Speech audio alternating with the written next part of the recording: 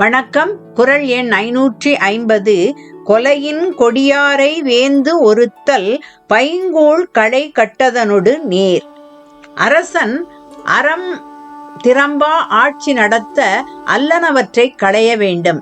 எனவே நல்லாட்சி வழங்க வேண்டும் எனில் கொலை செய்யும் கொடியவர்களை நாட்டை ஆள்வோர் அழிக்க வேண்டும். பயிர் செழிப்பாக வளர களையை பறிப்பது போன்றது.